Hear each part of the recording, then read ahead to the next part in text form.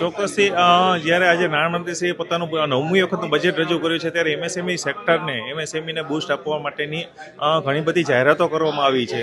તેમજ ભારત દેશને ધ્યાનમાં રાખીને જ્યારે આપણે ટ્રેનોની વાત કરીએ, ફાર્માકલ સેક્ટરની વાત કરીએ, અલગ અલગ જે લિથિયમ બેટરીની વાત કરીએ, આવી અનેક જાહેરાતો કરવામાં આવી છે. તે ખૂબ જ આવકારદાયક છે, કેમ કે ભારતભરની દરેક ઇન્ડસ્ટ્રીમાં છે એમને ધ્યાનમાં રાખી નાણામંત્રીશ્રીએ પોતાનું બજેટ રજૂ કર્યું છે. પરંતુ વાત કરીએ જ્યારે જ્વેલરી ઇન્ડસ્ટ્રીની, તો જ્વેલરી ઇન્ડસ્ટ્રીની અમારી ઘણી બધી માંગણીઓ સરકારશ્રી સમક્ષ અમે મૂકેલ હતી, પરંતુ હાલ પૂરતી આ બજેટમાં જેમ્સન જ્વેલરી ઇન્ડસ્ટ્રીને ધ્યાનમાં રાખીને કોઈ પણ બી પ્રકારની જાહેરાત કરવામાં આવેલ નથી. સુવર્ણકરોની વાત કરીએ ત્યારે અમારી આશાઓ એવી હતી કે ઇમ્પોર્ટ ડ્યુટી ઓછી થાય અને જીએસટીમાં ઘટાડો થાય.